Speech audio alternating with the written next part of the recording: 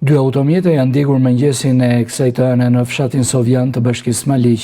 Sipas informacioneve paraprake, mësohet se njëri prej mjeteve është ndjekur plotësisht, ndërsa mjeti tjetër pjesërisht. Dyshohet se automjetet mund të kenë marrë flag nga telat e energjisë elektrike që ishin afërsi. Nga ana e policisë nuk përjashtohet pista e një zjarrvënie të qëllimshme sa i përket mjetit të ndjekur plotësisht. Ndërkaq, burimet siguruara thanë se ka qenë njëri nga mjetet e parkuara tek porta e një banese private, që është përfshirë nga flakët dhe më pas, ato kanë ndjekur kabullin elektrik të linjës së tensionit ulët, duke përfshirë kështu edhe një tjetër mjet të parkuar aty pranë. Ngjarja ka ndodhur rreth orës 5 të mëngjesit së hënës, ndërkohë që ende policia nuk ka një njoftim zyrtar për shkaqet e zjarrit që përfshiu njëri nga mjetet. Mësohet se të dy mjetet janë shkrumbuar.